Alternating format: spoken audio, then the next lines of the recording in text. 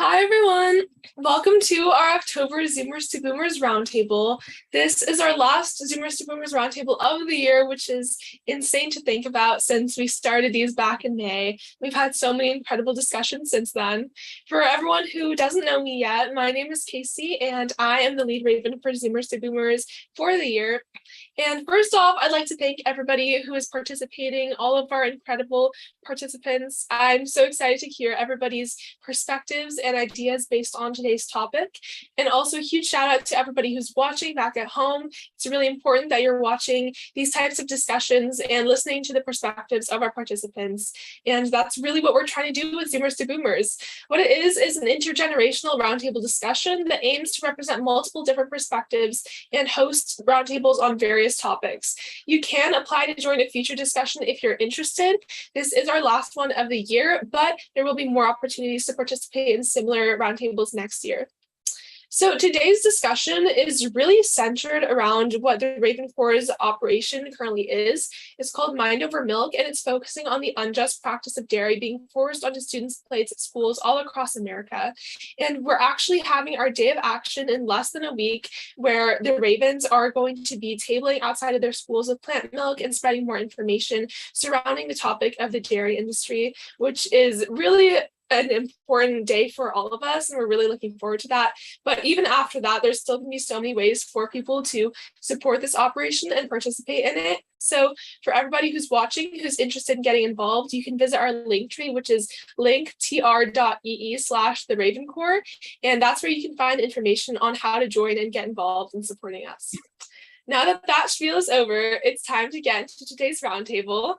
As a quick overview of what today's topic is, while inevitably beneficial in terms of providing students with food at school, the National School Lunch Program is riddled with flaws that stem from its exclusionary practices.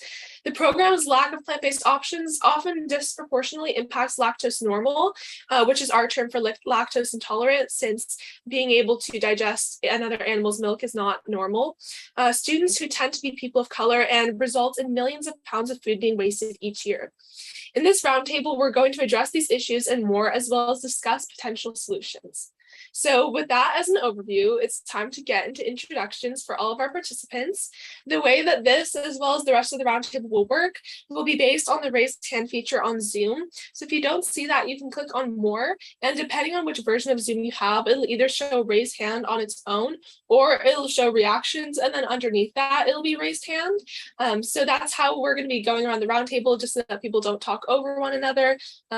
So I'll be calling on people based on the order in which the hands come in. So for introductions, this is going to be for our panel to provide your name, pronouns, age or generation, location, your title or what organization you're in, and your favorite plant-based snack. And I'll put that in the chat since I know that it is a lot.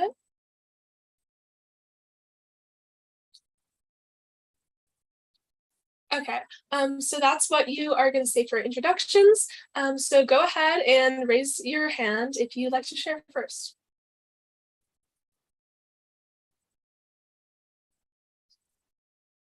Go ahead, Shivani.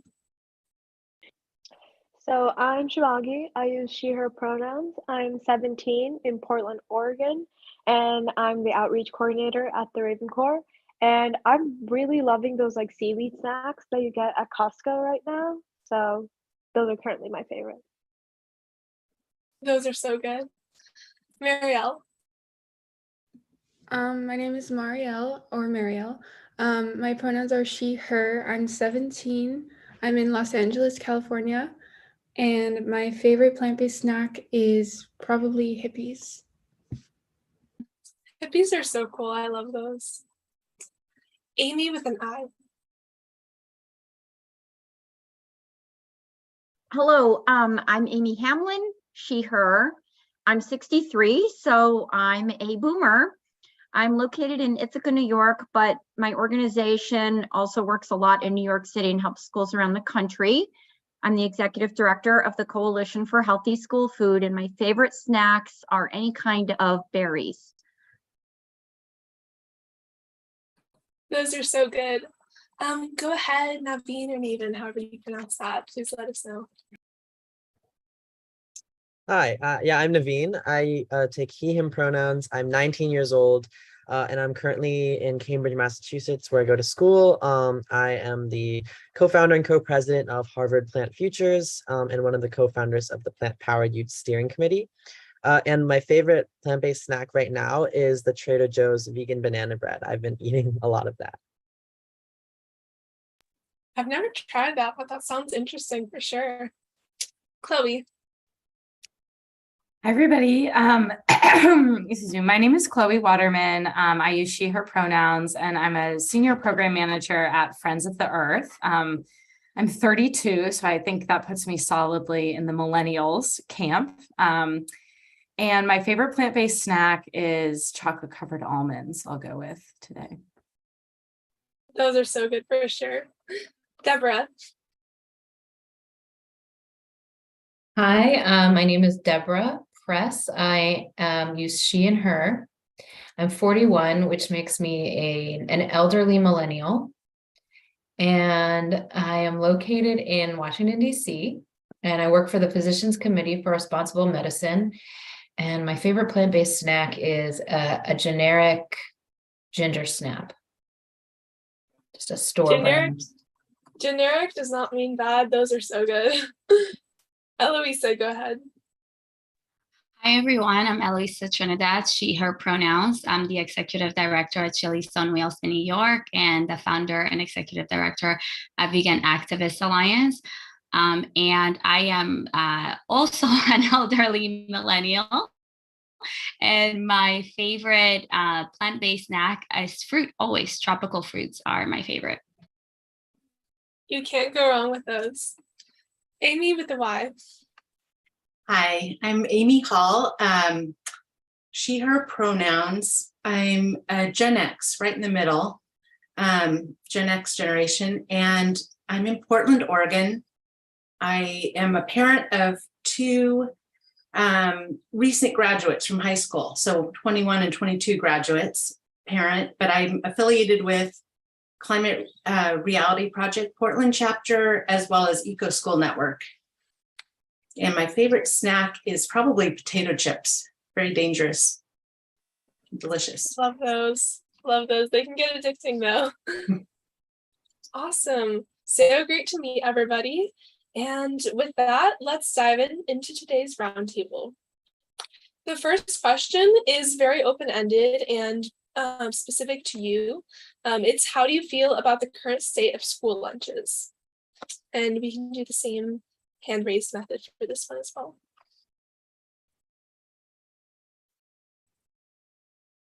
Naveen, go ahead.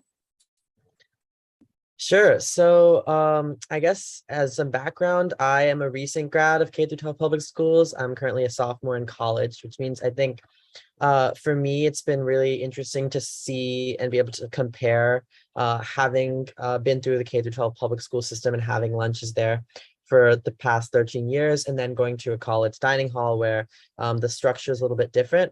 I feel like from my experience, the current state of school lunches is better than it was before. Being able to see that transformation. But I think that there are definitely a lot of things that I would like to see improved on.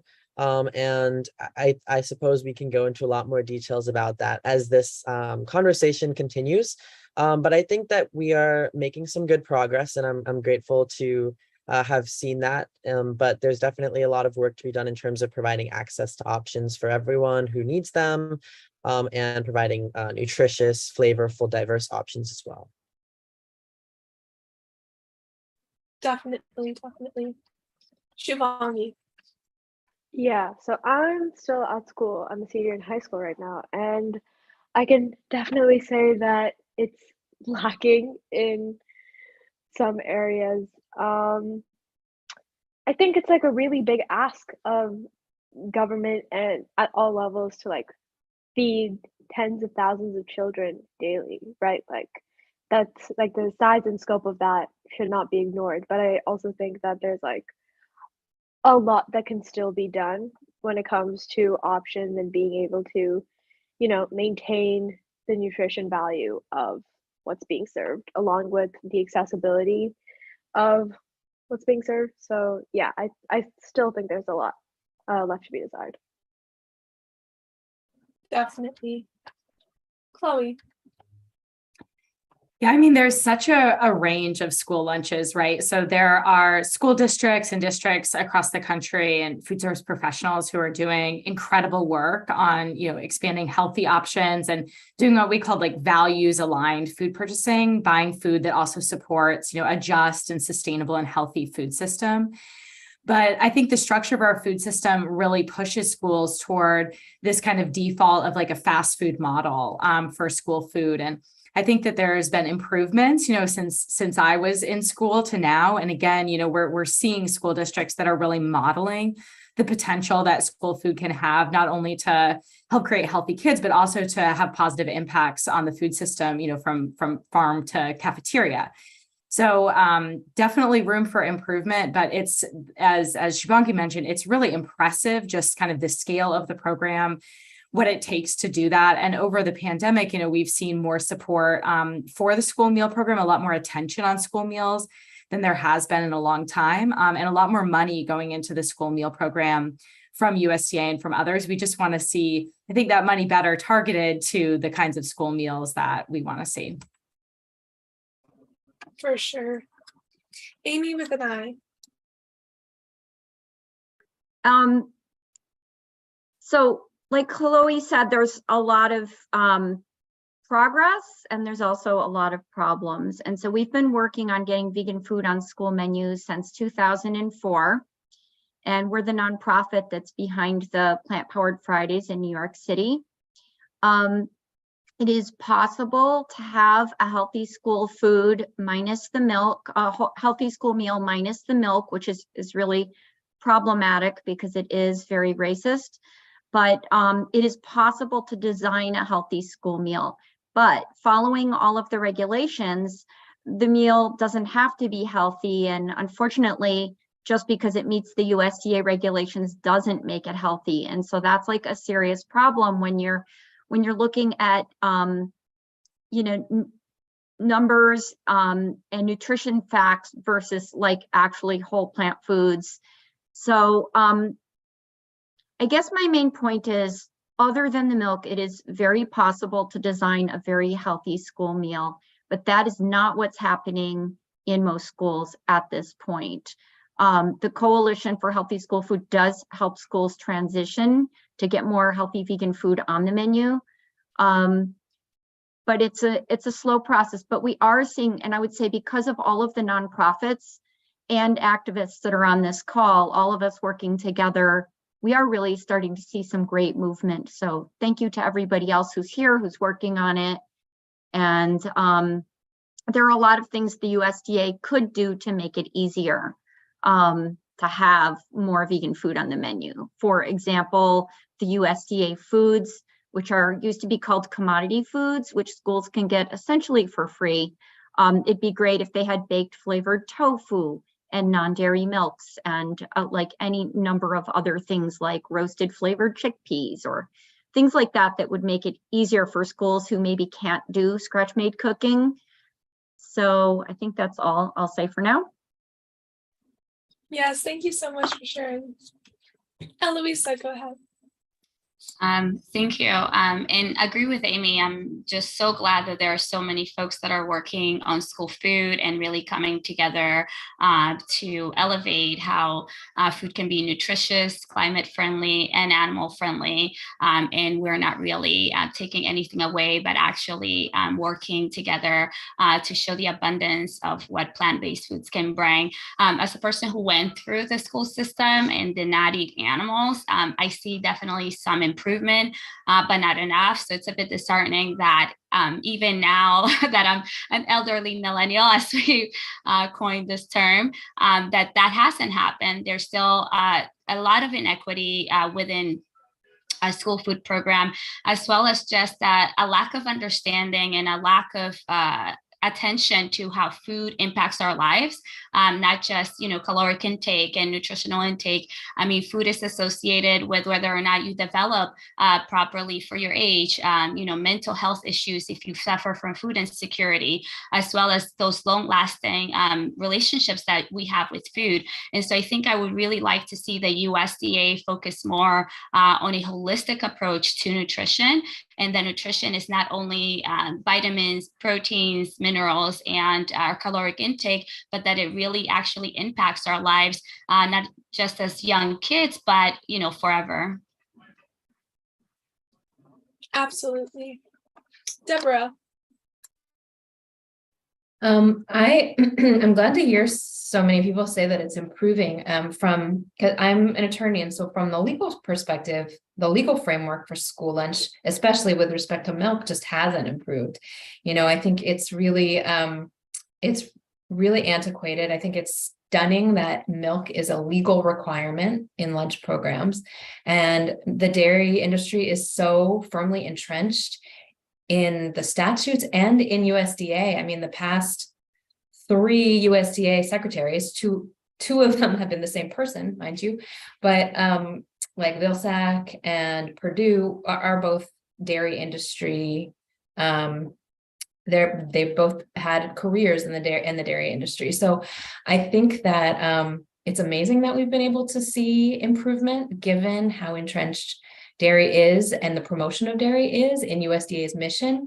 And I think we owe that to the grassroots, to the students and the school food service directors and the organizations that are working at the grassroots and community level to do that. Because at the higher level, in terms of code and policy, we've seen improvements in some areas, but when it comes to dairy, we're really, really stuck in the past. Thank you for sharing the legal perspective on that. Does anyone have anything else to add to this question? Okay, great. With that, we'll move on to, looks like Amy with an I wanted to add one more thing. Go ahead. Yes, I just wanted to add that there is some confusion about the milk issue. It is a major problematic issue. But I do hear a lot of times people say that it's required or that children are forced to take it.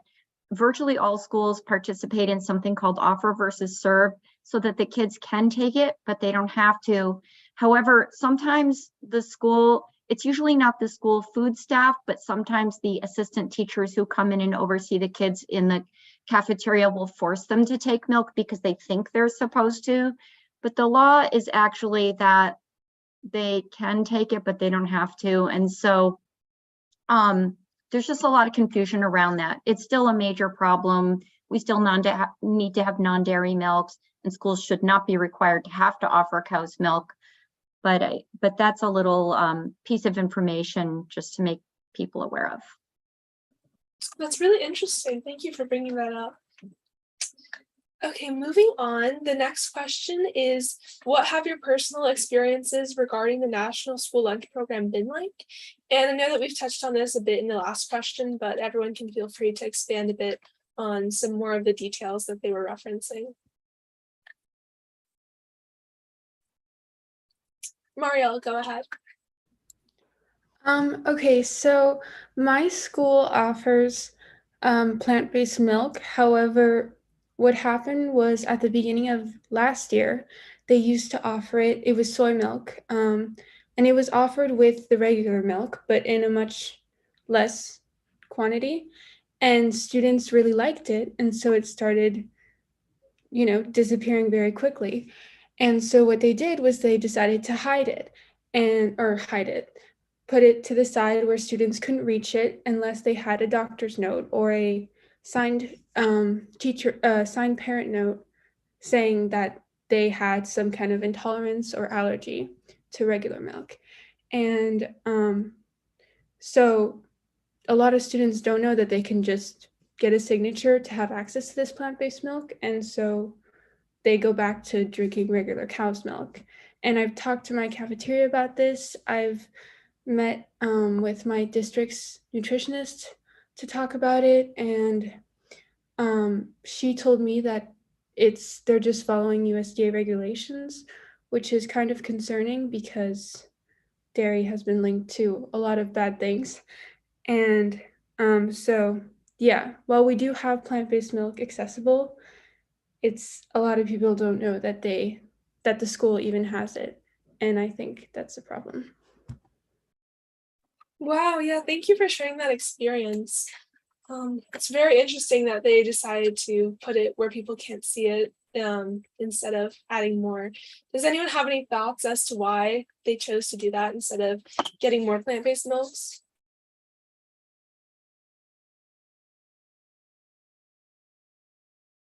Go ahead, Amy. I would assume they're more expensive for this, soy-based, but I don't know. I guess my experience with the school program was going into the cafeteria as a parent and watching. And my children were vegetarian from a young age. And so I asked them once, could they get the soy milk or something like that? And I feel like they are doing it as an individual asking basis. They're like, sure, we'll accommodate that. And so the thought crossed my mind with that is, if enough people asked for it all the time, maybe it would be more upfront and standardized than this kind of secret, like if you ask for it, if you know about it, menu. For sure. Amy with an I. Yeah, so it is a lot more expensive. So for example, schools might pay about 24 cents for an 8-ounce carton of cow's milk, but they might have to pay anywhere between 75 cents to $1.75 for the soy milk. So it's quite a big cost difference. And schools get reimbursements from the federal government, and from most state governments also provide another additional reimbursement. But it's separate money from the regular school budget. So the school food operation sort of operates on an independent budget based on those reimbursements. And so they literally just don't have the money. Like, where would they get the money from for the non-dairy milk? And that's why when students get a note from their parent or doctor requesting non-dairy milk, the school may, but is not obligated to provide it. The only case where that's not true is if a student has a special, I think it's called a 504 plan under the Americans with Disabilities Act. In that case, if the doctor says the student needs non-dairy milk, the school must get them non-dairy milk. But I don't think lactose intolerance falls under the Americans with Disabilities Act. And even if you had lactose intolerance, which the majority of the population does, I forget the term you said that you were using, which I really liked. Lactose normal. Lactose normal. And so that's almost everybody. But like, the bottom line is that doesn't count as a disability. And even if you did have a disability, but you didn't have a 504 disability plan, then that wouldn't happen. But for the majority of people, a doctor, a parent's note would do it, but then the school still is not obligated to provide it, just because it would be an unfunded mandate and they don't have the extra budget for it. So it's great for your school that was able to do that. Wow, yeah, that's definitely interesting and certainly indicative of a larger problem. Eloisa, go ahead. So thank you, Amy, for raising all those points. I think, what you're referencing is all the barriers that exist, right, in accessing plant-based milk. So while something may not maybe an option, if there is no enforcing of that, it doesn't work. And so as an organization that works on the ground, Chili's on Wheels, providing direct food relief, what we have seen is students across the board, even if their disability meets that requirement, not having access to plant-based milk. And so, a lot of the USDA regulations may perhaps work in theory, however, it doesn't actually work in reality. And I think we really have to look back at the history of dairy in schools, not just the racist history, but just the targeting of school children with the USDA and the Dairy Council in the 1920s, really targeting school children as a demographic to supply milk to, and creating campaigns, as well as supposedly educational campaigns going into the schools and making dairy really the defining factor as to whether or not a child was healthy. So with these campaigns that they developed in the 1920s, they would come into the schools and actually weigh the children. And if children had gained weight, they would define dairy as a health food. And so we have seen not just the inequities and the racist history with the national dairy program in schools first targeted Black schools, but also overall, it's just such a campaign around the whether or not milk was healthy. And so that really came in at a time where the US population was dying of a lot of different diseases, didn't have access to food, so they were highly food insecure. And so if you were dying from tuberculosis and somebody came in and said, I have a magic drink that's going to make you healthy, you're going to believe that that magic drink is going to make you healthy. So what the USDA has done historically, along with the Dairy Council, in this relationship that is still here today, is created campaigns to really, in a way, brainwash everyone to think that this is a health food, that this is a health drink. If you look at what is promoted as having calcium, dairy is really the only food product that the USDA and many other organizations promote as having calcium, although calcium exists in many other foods. And so because of this history of the USDA and the Dairy Council, we haven't seen many changes. And we continue to see these barriers. We continue to fight just for water to be the number one drink that should be offered to children, right? Instead of dairy. Calcium can be obtained from many other foods, and anything that's found in milk can be obtained from many other foods. And so I think that the history of targeting school children, specifically Black and Indigenous and people of the global majority, children, along with targeting the poor who have historically not had access to health care as well as, healthy food, has been part of that. So even though they definitely have made it. Definitely so important that you brought that up. It's really, really vital for us to look at the history as well. Deborah, go ahead. Just to follow up on what Amy said there. So there is actually guidance from USDA that advises school food directors to treat lactose intolerance / being lactose normal as a disability. So, but it's so if a student is lactose intolerant, school food directors are, according to USDA, supposed to give them the milk substitute and pay for the school lunch. The federal program is supposed to pay for it. But that's sort of beside the point, as both Amy and Eloisa said, because people don't know about it. And the program is still so structurally and historically biased against folks who are lactose normal that it's a very safe assumption for anyone to assume that the program would not accommodate them. And so they would not seek an alternative. And of course, it's difficult to obtain one. If you need a physician's note, that's a serious hurdle for a lot of people. So I just wanted to make that point out that technically it is considered a disability and that's entitled to a milk substitute. But in practice, it doesn't really matter. Absolutely.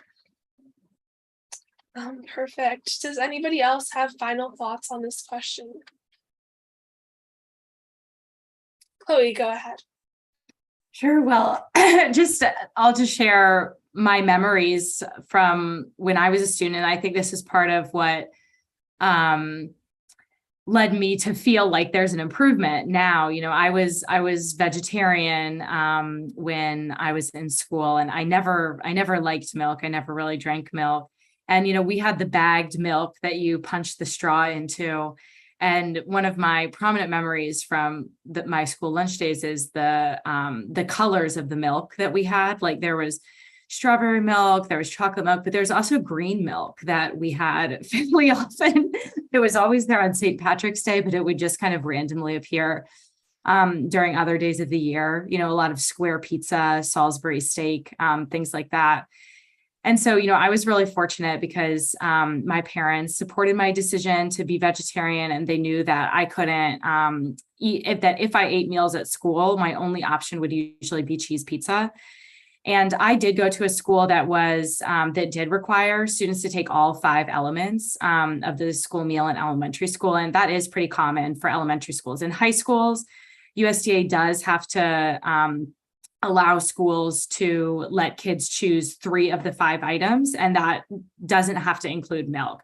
But for a lot of elementary school students, and this was the case where I went, you do have to put that on your tray. So I couldn't purchase reimbursable meals. If I had been a student that had relied on free or reduced price lunch, then I wouldn't have been able to use that program to get the meals that I took without the milk as part of it. So on the rare days where my parents didn't have time to make me lunch that day, it was a la carte cheese pizza was almost the only thing that I could ever eat. And I remember that it was always square and it was always greasy. Wow, you just unlocked a memory that I didn't even remember I had, of a bunch of random different colored milks at my school for holidays, and I would never drink them, but I was always made to take them. So yeah, definitely a common experience. Perfect. Moving on to the next question. This one is also a matter of personal opinion, since there are definitely so many issues with the National School Lunch Program. But this one is, what is the most concerning aspect of the school lunch program in your eyes? And in what ways has this impacted students?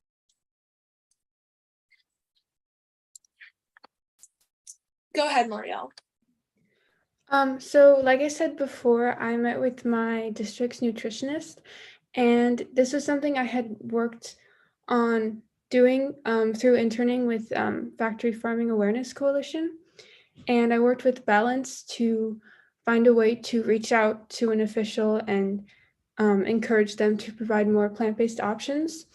And I was really nervous, and so I had like a ton of facts and information, and I made a whole page with dozens and dozens of studies from, Ivy League schools and Oxford University, all of that. I think even the American Heart Association linking dairy to cancer or dairy to heart disease. And I presented all of that to her, and this is like LUSD's head nutritionist. And so I was like, okay, something is going to change. And her response was, I know it's bad. I agree with you. It's out of my control. You have to go to Washington or something and talk to the president. I don't know. And so the next thing I did was I contacted my state's USDA representative, and some other person responded, and she gave me a very detailed response. But the main idea was, I like where you're going with this. You should find a way to join your district's food services committee or whatever as a student voice. And so it kind of brought me back to square one. And I just find it really shocking and concerning that I can explicitly tell someone who is in a position of power, this is what's happening. The food we are serving is harming students, and we are promoting it as healthy and necessary, and students believe that they need to take one. And yet nothing is going to change, or that's what they say. So that's the most concerning aspect for me. That's definitely such a huge issue. Shubhangi.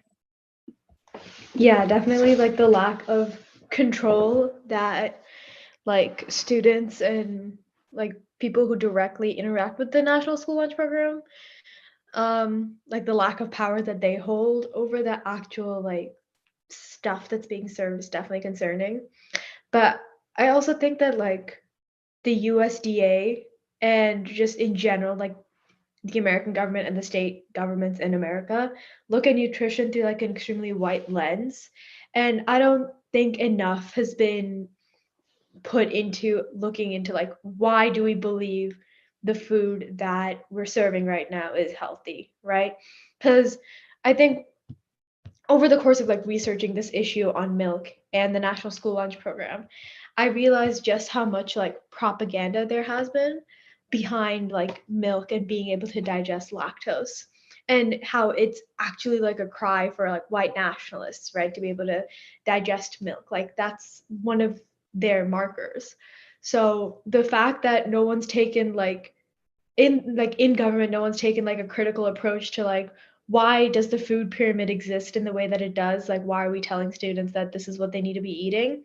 If become extremely clear to us that like the majority of the students that depend on the National School Lunch Program are students of color, their like DNA is just genuinely not in like, how do I say this? The white lens doesn't work. It didn't work in the past. It doesn't work now. And the fact that no one's looked at it and be like, why are we looking at it like this?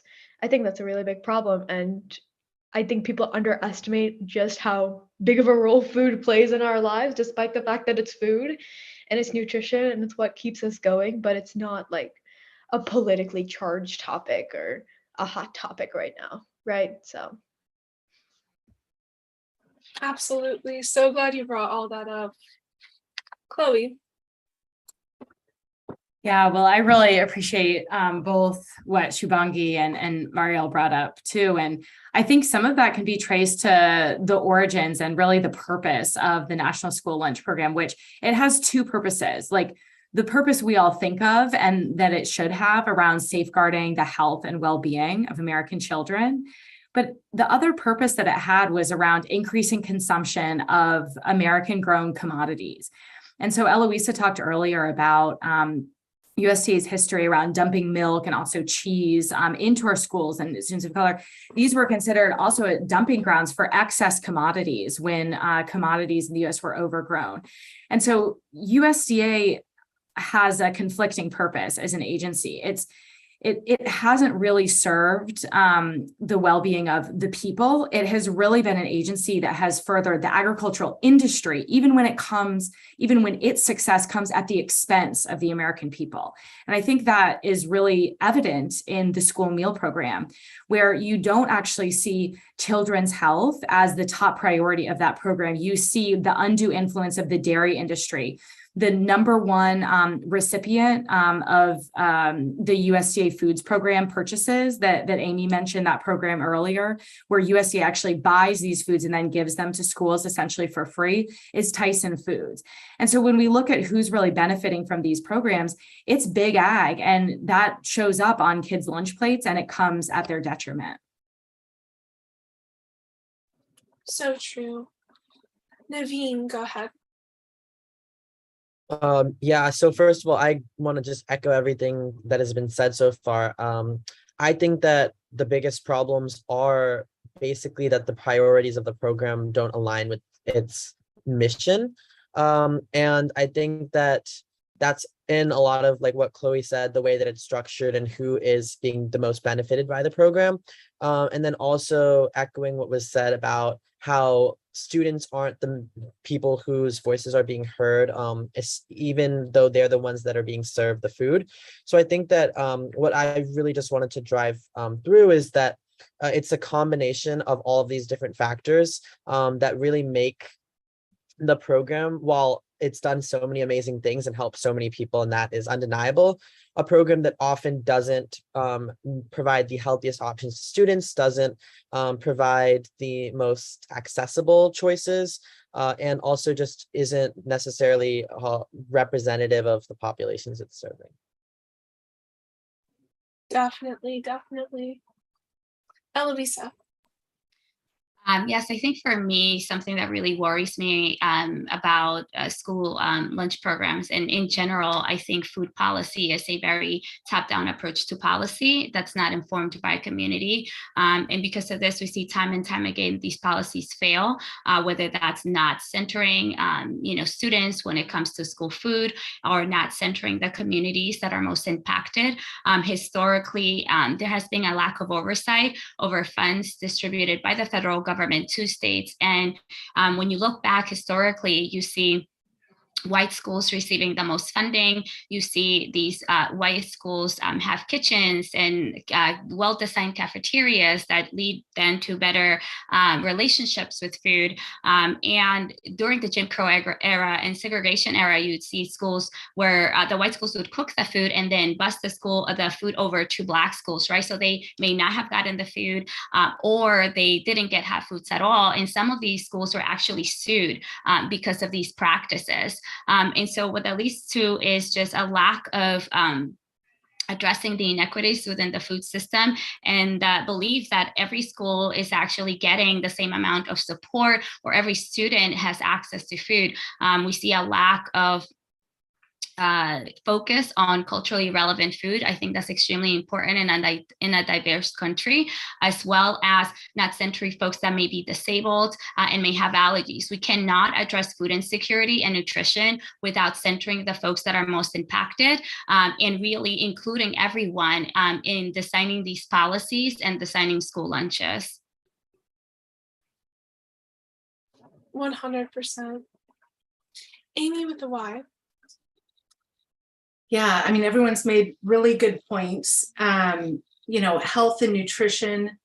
I feel like the nutrition directors and the USDA, they can make arguments like this is fulfilling this requirement, even though we know it's not necessarily. Equity, it's really inequitable. The Title I schools, a lot of the students there are eating 2/3 of their meals, and they're forced to eat, you know, chicken nuggets and pizza. And if they run out of the pizza, they're, you know, eating a peanut butter and jelly sandwich. So that's definitely happening. Animal welfare, a lot of students really care about that and people, but that's never been something we can really focus on because of, you know, it's just a political hot topic where people can change that. But the place where I really see an important lever is the climate crisis. And you know, here in Portland, Oregon, the Portland Climate Action Plan from our city has it in there that we need to have carbon emissions, and we need to reduce meat and dairy by 50% by 2030. And they just came out with this climate crisis resolution to speed it up to 2025. I'm going to be meeting with the city, someone from the city, to ask why they didn't make food a bigger priority in that. It was in the initial policy, and for this climate resolution, they kind of downplayed it. It's still in there, but it's not prevalent. Eco School Network, the organization where they have parents who form green teams all over Portland and the suburbs, they just got the district to adopt a climate resolution. I think it's called a climate emergency plan, and I can share that. And in there, there's a pillar on health and wellness. And it says, there's one small sentence in it that says, focus on not processed, healthy, and, you know, plant-based options whenever possible. So I feel like they have adopted this. They said they would do it. So let's hold it to them to it, because we can't just keep saying, yeah, we're going to reduce it. I mean, milk, if we just did that, you know, I know that it's really hard to change the meals, then we might actually make some real progress. That's so true. Food is always getting overlooked in so many policy discussions. So thank you for bringing that up. Eloisa. Thank you. Yeah, I totally agree with Amy. And I think, you know, that really makes me think about empowering students. We're not thinking of nutrition and this, you know, eating together as a way to empower students to make better choices, whether that be for their health, for the animals, or for the environment. And I think that is such an opportunity. I mean, school food is such an opportunity overall to be able to do that. And what I think we're seeing is a disempowering of students when policymakers or across the board really get to decide. You know, in the work that I do, even as an educator, I have students asking me, why don't they ask us what we want to eat? Why are they telling us what we should eat, right? And I think there should be a real distinction between making sure that a child gets the proper nutrition, but also empowering them and providing proper education. And we're not doing that, I think, across the board in this country. When it comes to nutrition education has to include not just what's healthy for you, but how food affects you, mentally, physically, and your well-being, how it affects the planet and how it impacts others, right? Whether it's our beyond human relatives or folks who may be living near, factory farms. Over 99% of our food is factory farmed, right? And so I think that that may be a challenge for the USDA to do, to make sure that all across the board there's an oversight in proper education when it comes to food. And so I would like to see not just nutrition education, but education on the food system and empowering our youth to really make those choices that empower them and really are beneficial for them, ourselves, and our beyond human relatives. Definitely, that's so important. Amy with an eye. All of these concerns are so important, and not to downplay any of them, but I will say as a boomer that there's been a lot of change, not like with the regulations per se, but just in attitudes. I've been doing this work, getting vegan food on school menus for 18 years now, and I've been vegan for 33 years. And I would say there's definitely like a changing of the guard, right? Like the old guard is retiring, and as the younger people are coming up, there's a lot more openness. So I've been at some sort of like statewide conventions where I'm just seeing like a whole different approach, where they're really welcoming us and raising up this message and being excited about it. So for example, I was just at last Saturday, presented at the New York State School Nutrition Association conference, and we had 3 scratch-made recipes of ours there, and like we had a good attendance, and the people loved the food and they really want to get more of it on their menus. And so as I go to these statewide conferences over the years, to see the change in interest and the change in attitude, especially from the leadership, it's really quite striking. And actually tomorrow I'm leaving to go to the New York State School Boards Association conference, where we'll be serving 2 kinds of manufactured foods, including Impossible Burgers and Impossible Nuggets, and Impossible will be there with us, and the American Bean Falafel, and then 2 of our scratch-made recipes. Will be the only exhibitor on the exhibit floor with food. So our booth is going to be a major attraction, and they are really excited about having us there. It's been like all the buzz. And so even though the USDA regulations still have to change, and even though there's still like a ton of inequity that has to be addressed, that's real problematic, there does seem to be sort of like this changing of the guard and more open-minded feelings about having plant-based food on the school menus. So if we could get the regulations to change, that would be really great. But I think we are going to start seeing changes at a more rapid pace now. And that is really exciting for me to see, because in the past, for me in the early years, everything was so slow, and now I see these things speeding up. So I'm sure to everybody, they seem very slow, but I'm telling you, relative to the past, things are changing more quickly now, and that is really exciting to see. Thank you for sharing all of that. Eloisa.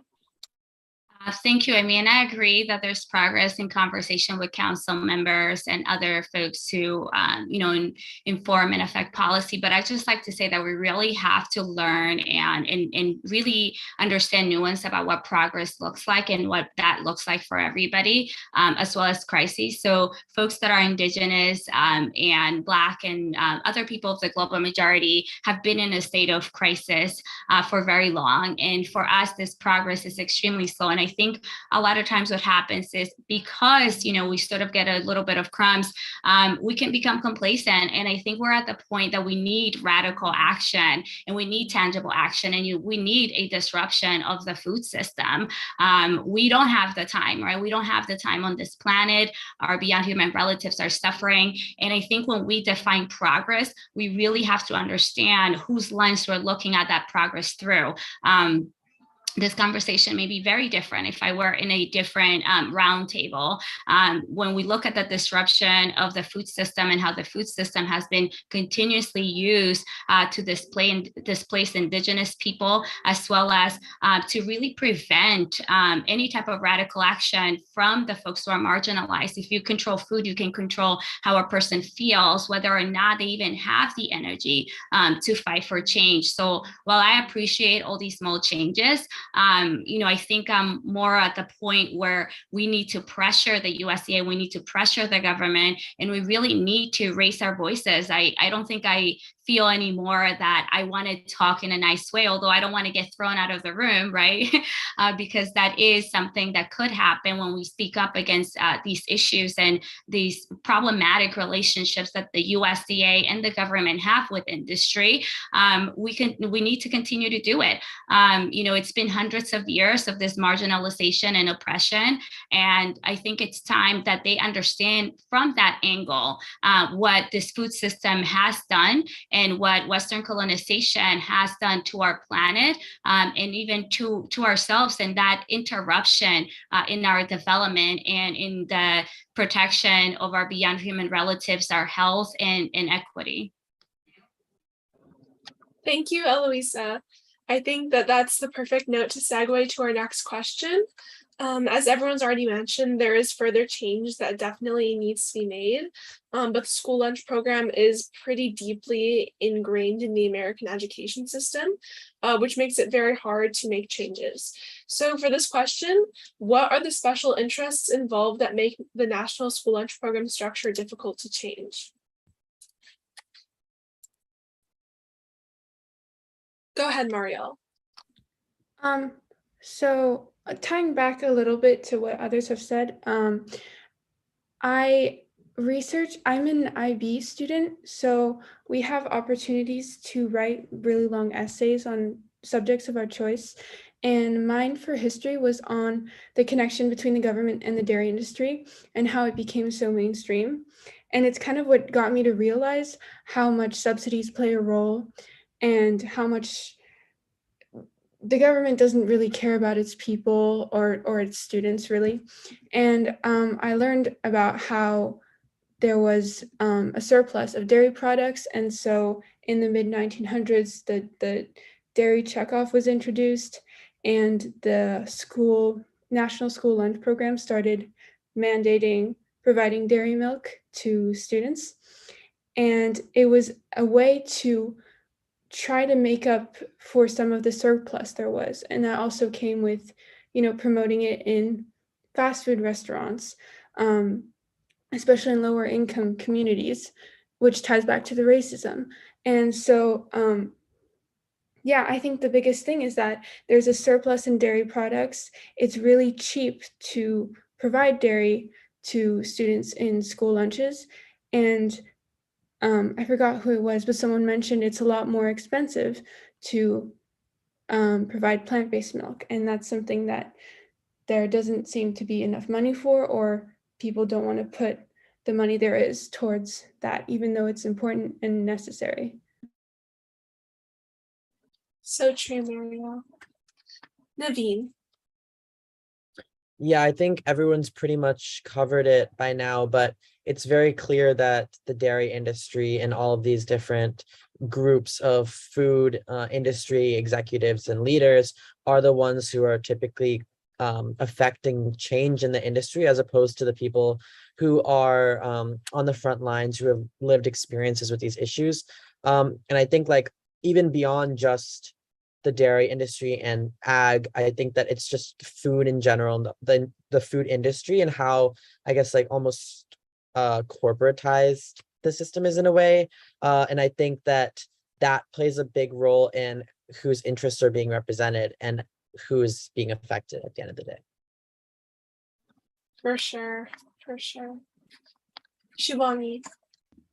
Yeah, Naveen and Marielle both touched on this, but like big agriculture is obviously like the biggest problem that NSLP faces when it comes to like actually serving the students that they need to.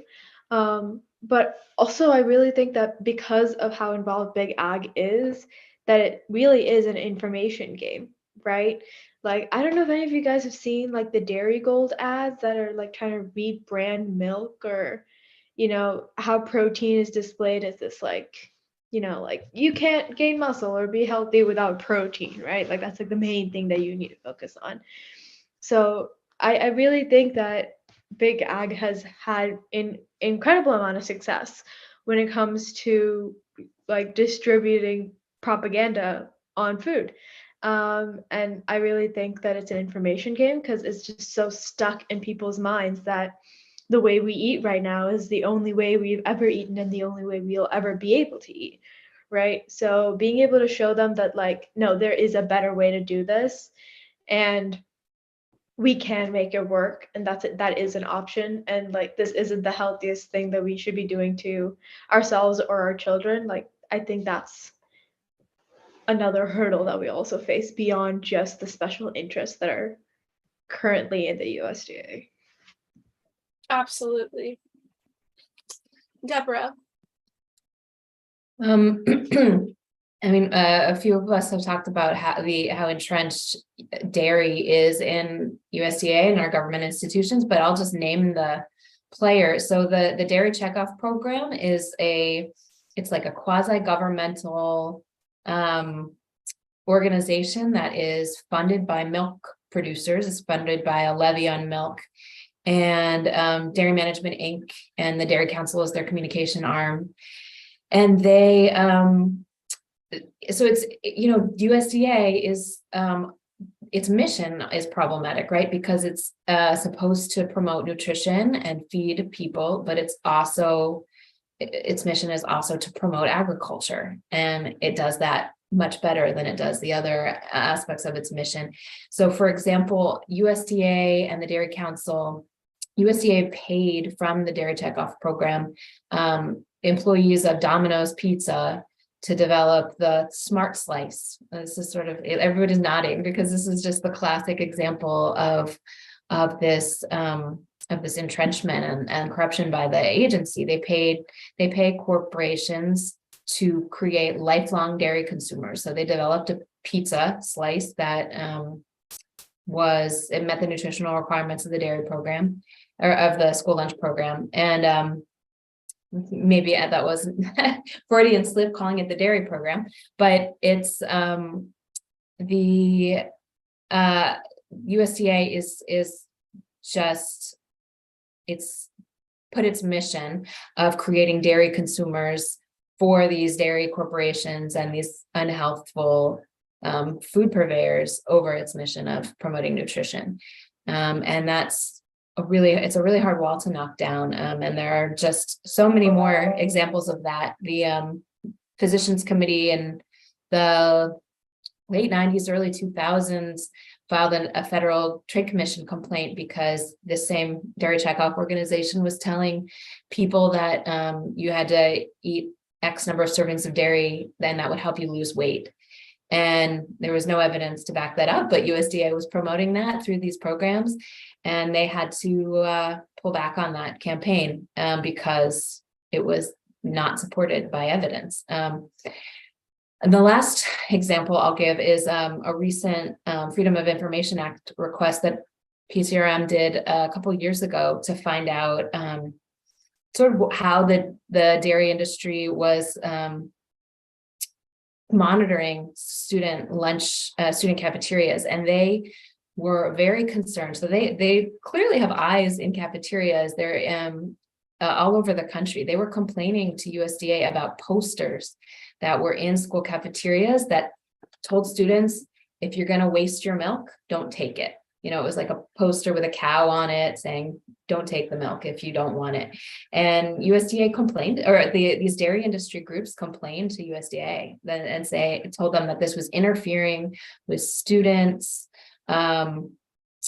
taking the elements of the reimbursable meal, and they should not be dissuaded from taking elements of the reimbursable meal. This poster was about reducing food waste, but the dairy industry saw this as a real threat. So we really can't underestimate the granular level to which they are involved in our schools and our cafeterias. 100%. Thank you for bringing up those examples. Eloisa. I think we can all agree, right, that the special interests are the dairy industry, animal ag industry. And I really don't think that we're going to see the needed drastic change that we need to see in the USDA if the USDA is not restructured, and the people who are put in power are folks who are working to decentralize the food system and are working towards food sovereignty. The USDA main job should be to protect people and to make sure that our nation's population is well fed, while supporting growers as well, right? And so just because of the history and the long relationship that the US, problematic relationship that the USDA has had with these industries, I don't think that's going to end anytime soon. I think that those protectionist sort of practices are going to remain in place. And I think we're going to continue to see extremely slow changes. And the government and the USDA are going to continue to tell us to be patient. As I mentioned earlier, food in this country has such a history and has been a way to control people, displace people, and we are not addressing that in anything that the USDA is doing. Even if you look at some of the grants that they give out to growers, only recently has the USDA included indigenous knowledge as something that qualifies for these grants, and I don't even know to what extent that's even enforced. And so if we are to move forward, we really need to talk about how this restructuring needs to happen, who needs to be centered, and that indigenous knowledge needs to be centered in that, or we're going to continue to see food insecurity go up. I mean, during that pandemic, we saw so much disruption to the food system because we have such a centralized food system. Baby formula situation as well. And if that's what we're heading towards, right? Beyond the impacts on climate change and beyond the impact on just, even mental health issues, which again, as I said earlier, are not looked at. And when we're talking about how we are to move forward, we have to think about it from a holistic perspective. And that's not something that the USDA or the government does because, their main focus is upholding industry and in their alternatives and helping dairy farmers and animal farmers transition to plant-based farming because we can't leave them jobless as well. And replace the protein in meat with beans, tofu, seeds, etc. Awesome. Naveen. Well, first of all, I agree. I think that it would be amazing to have all those options available to people. I think it's tricky because, just making drastic changes are a tall ask, and it's difficult to even get the support for those things. And I think one of the biggest barriers, I think, that hinders the ability to do all of these amazing changes that we all want to be seen is just the way that really the structures in place, how the organization is funded, how who they're supposed to cater towards. So I think that there's a lot of organizational and structural changes that need to be made that will ensure the longevity of any change that happens, because I think that really ensuring that the people who are in power have a vested interest in making these changes sustainable, and also that there's a way for students to be able to show their support for these changes is also important. So once sort of, I guess, the structures are in place, I think that is a really great way to create the impetus for greater long-term change. Definitely awesome ideas. Eloisa. I agree as well. I think I would change everything to oat milk since it is the most environmentally friendly milk as well. But I think I would work towards really decentralizing our procurement. I think it's so challenging for growers to really supply schools when there are so many hurdles that they have to go through, and really make sure that, you know, each school can work in a way that's beneficial to them and to meet them where they're at. But I think part of that is really changing guidelines around procurement, supporting local growers, and also having nutrition programs that do not just focus on nutrition, but on a food. So it includes the history of our food system and how our food system impacts everyone, human and beyond human, and impacts our planet as well. And beyond that, really addressing that food is not just physical sustenance, but mental, emotional, and well-being. I think that there is such a huge disconnect in this country about what food means, what eating together means, and that has such a negative impact on how we relate to one another and how we relate to this world. So true, so true. Next would be Chloe. Yeah, there's so much to change about the program, but there's only so much power that the director of that program has, because so much about that program is set by Congress. So, you know, from a practical standpoint as advocates, you know, we really need to work to make changes in Congress if we want to affect the fundamentals of that milk requirement. If we really want to see soy milk replace cow's milk as like the default option in schools, we're going to need to, you know, elect the right folks to Congress. And then we're going to need to, you know, make sure that those folks are prioritizing changing the law to allow that. But there still is a lot that USDA can do given the authority that it currently has from Congress. So for example, USDA right now, like right as we have this meeting, well, maybe not because we're on the East Coast and it's after the government workday, but again, tomorrow, USDA staff are rewriting the meal patterns and nutrition guidelines that really govern what ends up on school lunch trays. They're planning to issue new proposed rules for the first time in 5 years in January. And so those rules can do things like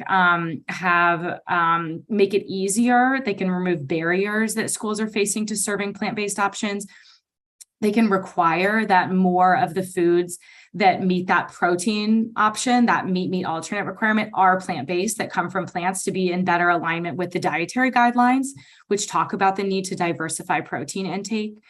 So they can make all schools offer versus serve schools, so that no student, including an elementary school, ever has to take milk on their tray. So there still is a lot that USDA can do with those guidelines. So that's one thing I do. And then the other thing is this program that others have mentioned, the USDA Foods Program or the Commodity Foods Program, that is it's a $1.5 billion program, probably bigger from last year, that purchases foods in bulk for schools, and schools can essentially purchase those foods for free on top of the money that they have to spend in the commercial market. And so, as Eloisa mentioned, you know, that procurement, that very centralized procurement system, really supports like the status quo big ag food system. It's not supporting local food purchasing, food sovereignty, food purchasing from BIPOC producers. So I would totally revamp that program to look at making it more regional based and to have specific purchasing targets. You know, in the same way that the federal government has helped to spur a transition to cleaner energy by deciding itself to be a consumer of renewable energy, the government can do the same thing with food. It can help spur the food system that we want to see by leveraging the billions of dollars that it's spending on food every year, including through this program for school meals, to actually support the type of food system that we want to see, to create more equity, to buy more climate-friendly foods, to purchase more organic foods, to support independent farmers and ranchers instead of CAFOs. So those are my two things, the revamping the nutrition guidelines as well as the USDA Foods Commodity Program would be my day one priorities. Those are such great points. Amy, go ahead. Okay. Yeah, I think that Chloe probably said it in what I was thinking about was subsidies, the commodities and subsidies. So if meat is so cheap because it's subsidized, I would get rid of that and subsidize healthier options, local, regional, like she was saying, and then also just make every meal default veg, which I'm sure some of you have heard of, where if they're having, like I was looking at the menu for October and everything was like chicken was the main thing. And it's like, just make it a rice bowl and people can add on, different items, because it's true that if we do a rapid shift, we do need to have some buy-in, like Naveen was saying. So, just starting with not having meat ever be integrated, and it can always, maybe in the beginning, just kind of an option that's added on to reduce. For sure. Great points. Deborah. I don't have much to add. Those are all awesome ideas. I think I would, I love what Chloe said about making schools by default offer versus serve, so that the, 30 or so % of schools that that aren't would give their students the option to not put milk on their trays. And then I think I would, to what Eloisa said, go, make the cafeteria a place of learning. And, it's the, it shouldn't be up to the Ravens to educate their peers about the problems with food. And it shouldn't be up to Marielle to educate her, district nutritionist. It should be our school food authorities that are educating students. And so I think I would like to, see more educational materials promoting health, of course, not health, and showing how food affects the environment and how food affects animals. And I'd love to see all of that, in cafeterias, and drawing students into the conversation more. Absolutely, that's so important. Marielle. I just wanted to make a quick point. Someone said something about, actually a few people, about not wanting drastic change, which, I mean, completely valid, right? So one thing I did was, before talking to the nutritionist, I asked my cafeteria manager and some of my peers what their preferences were, and they all said that they liked, this was surprising to me, their favorite thing was the vegan chicken nuggets that we have, which probably because, it's breaded and fried. But I feel like part of a move like that could be, rather than replacing with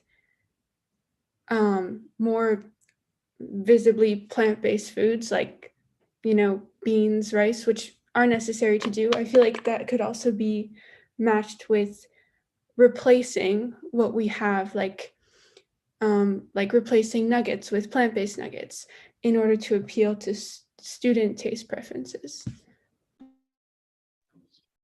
I love that idea. Amy. I love all the really sort of practical ideas, and I especially love what Eloisa said about, like, this change cannot happen fast enough, and we need to make it happen much faster because people are depending on it. And I think, like, if I was the director, I'm like not thinking about what's practical. I really want to be a dreamer and say I would just make it 100% plant-based, because if it's going to be about health, then evidence-based would say it needs to be plant-based. If you're going to talk about equity, then we have to say it's going to be plant-based. If we're going to talk about reducing climate change and saving our planet, then it has to be plant-based.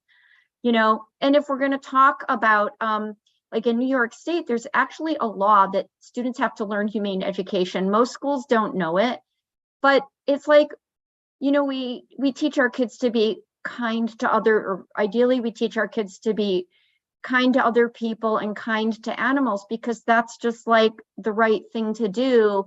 And the big disconnect between eating animals and being kind to animals. Like, one of my favorite bumper stickers was, if you love animals called pets, why do you eat animals called dinner?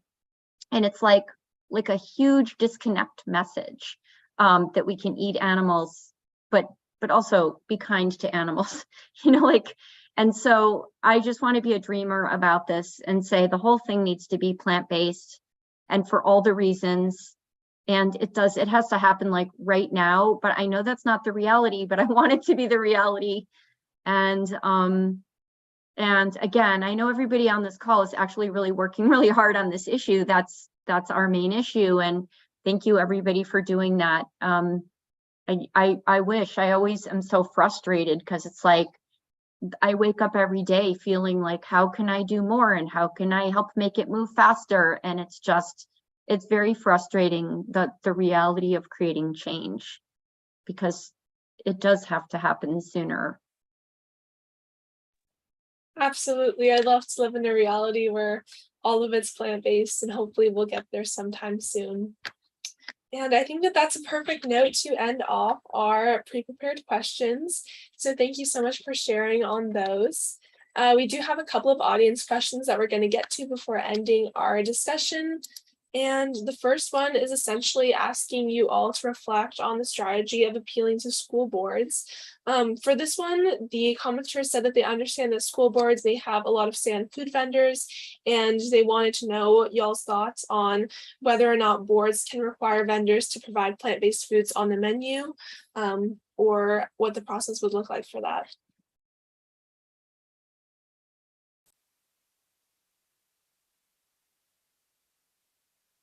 Go ahead, Chloe. Yeah, school boards have a lot of power. School boards are generally the like governing body for a school district or a school food authority. And so even though a lot of, as Amy mentioned earlier, most school funding is not coming from the local level, it's coming from the federal level and sometimes a little bit from the state level as well. School boards can still pass policies that set guidelines around procurement. So a school board could pass a policy that says that schools have to have plant-based options available. School boards around the country have passed policies called the Good Food Purchasing Program, which is a flexible, values-oriented, values-aligned food purchasing program that rewards schools for purchasing foods that align with different values like nutrition and sustainability, animal welfare, a valued workforce, and supporting local economies. And several of those values, environmental sustainability and animal welfare, can be supported by serving more plant-based options. So that's an example of a policy a lot of school boards have passed. I live in Prince George's County, Maryland, and our school board recently approved a policy that sets a new climate action plan for PGCPS, the school district here. And so I worked on a committee with the PGCPS climate action planning process, and we passed a policy in there around doing meatless Mondays and having more plant-based options available at PGCPS schools. And so that came from the school board, and then it comes down to the school to implement. So absolutely, students should appeal to their school boards. Most people will have a school board where there's at least one member that's kind of assigned to represent you and where you live. You might have members that are at large who represent everyone, but figure out, who's a member on that school board who either represents you or has been sympathetic to these issues, and go have a meeting with them and ask how can you work together to get more plant-based options in the school. Amazing. So great hearing about that. Amy. Well, I'm so excited. As I said before, tomorrow I'm leaving to go to the New York State School Boards Association convention. So we have 696 school districts in New York State. And they expect around 1,500 school board members and superintendents will be the only ones feeding them food in their expo. And so it is really exciting. And you can also, just about school boards, you can go to school board meetings and usually as a member of the public talk for 2 to 3 minutes. And they meet at least once a month. So that's an opportunity to go and educate. You could go back every month and have another little 2 to 3 minute piece to educate them. And you can even ask to do a longer presentation that might involve slides or something like that and get put on their agenda. So that's a way to reach the school board. But the other thing I wanted to say is that didn't come up yet is the way that schools do food. Some schools are called self-op, and that means the employees who do the food are employees of the school district. And some schools use contract management, which means they hire some sort of a company like Aramark, for example, to do the food for them. And when it is a school district, when they hire a contract management company, then it's usually the business superintendent who takes care of the contract that puts in the requirements. And so sometimes it's as easy as asking the business superintendent, could we ask them to do a plant-based entree every day? Sometimes it's that simple. It really depends on the district, but that's another approach. Amazing. Thank you for letting everybody know about that. And Amy with a Y. I've just been listening because I'm trying to get around this issue that we're having. And are you saying you could actually, Amy, circumvent in a way that what the nutrition director is wanting to do and go directly to the contractor, possibly? What I'm saying is, well, when it's a contract management company, then the director is usually an employee of the contract management company. So Okay. if the school leadership is willing to say in the willing to have the contract contain a piece that says they want to have a plant-based option every day, then if that's what the contract says, and then the company accepts that contract, then that's what they have to do because it's in the contract. So I'm saying you can go, if your school has a contract management situation, rather than their own employees, then there's this contract, and whatever's in the contract, that's what they have to do. So if you can influence that contract, like, it's worth trying to influence it. Okay, thanks. Amazing. And I believe we have time for one more question. And this one is from somebody who's curious about more details about the made from scratch meals that Amy's organization made that got such a good reception. So if you want to share a bit more about that, I think that'd be very helpful for people to hear more about that. If you go to healthyschoolfood.org/recipes, that's where our recipes are. And if you look at the family size recipes, all of those recipes are also available in quantity size recipes. But we're in the process of having those the quantity size redone, so they're not all up on the website yet in the quantity size.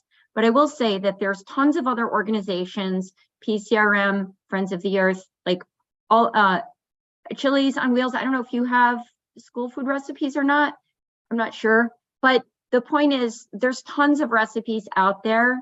For HSUS has some. There's tons of quantity plant-based school meal recipes out there. A lot of organizations have been working on it, so we're just one of many. Amazing. Perfect. Thank you so much for sharing that. And with that, I believe that that's the end of our discussion.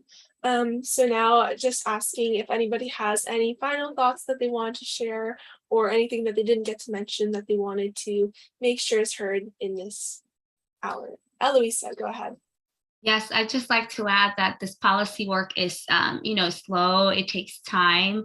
All of us on this call are working on it. And I would like to say to the people that are watching this, vegan or not vegan, to support these efforts. I think that a lot of times, we see things or people sharing something on social media without information, just like with the school lunches in New York City where there was milk, not realizing that this was, a requirement from the USDA and things like that. So please be mindful when sharing things, especially when these efforts are starting out.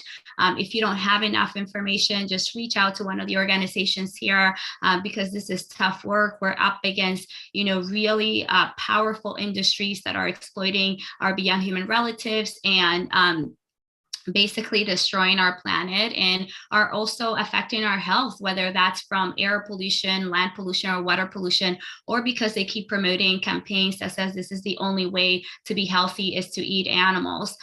So yeah, just to look out for that, and also to support these efforts and go to your .gov, whether that's state or local or federal, to see those bills that have been introduced and to support them. Perfectly said. Thank you so much. Marielle. I just wanted to bring awareness to something that I actually learned this summer. I've been vegan for a little over 2 years, and this summer was the first time I learned about, I knew that like, humans are exploited in third world countries to grow crop that is then imported and fed to animals in places like the US, who are then killed and fed to humans. And so when people have told me like, why do you care so much and human rights are more important, I talk about how it intersects, but something that I didn't realize until this summer was the human victims in slaughterhouses, because a lot of the time they don't want to be there, they don't want to work, and they need those jobs. And that is also where racism comes into play. So yeah, to anyone watching, or I just wanted to mention that because that's something that I learned relatively recently. Absolutely. That's so incredibly important to keep in mind. Perfect. Thank you so much once again to all of our participants. You all are incredible, and I'm very, very glad that we have you all working on this issue and making progress together, because there's definitely strength in numbers and everybody has such an incredible, unique perspective. And it's just so inspiring to see so many change makers working so hard. So thank you all. Another thank you to everybody watching, because again, it's very important that you all listen to these perspectives and take into account everybody's experiences, because that's how we improve and that's how we gain more momentum in the movements that we care about. And as another reminder, if you're interested in getting involved in the Raven Corps, you can go to linktr.ee/the Raven Corps. You can also find that link on our Instagram, in our Instagram bio, and on our YouTube. You can find more information about the Raven Corps and get involved, because it's super important that you support the work of the youth activists that are part of this organization. And once again, this is our last roundtable of the year, but we will have more in store, and the Raven Corps will be doing a lot more important work surrounding these issues. So make sure to stay up to date with all of our projects and all of the efforts that we're doing. So thank you once again, everybody, for watching, and I hope you have an incredible day.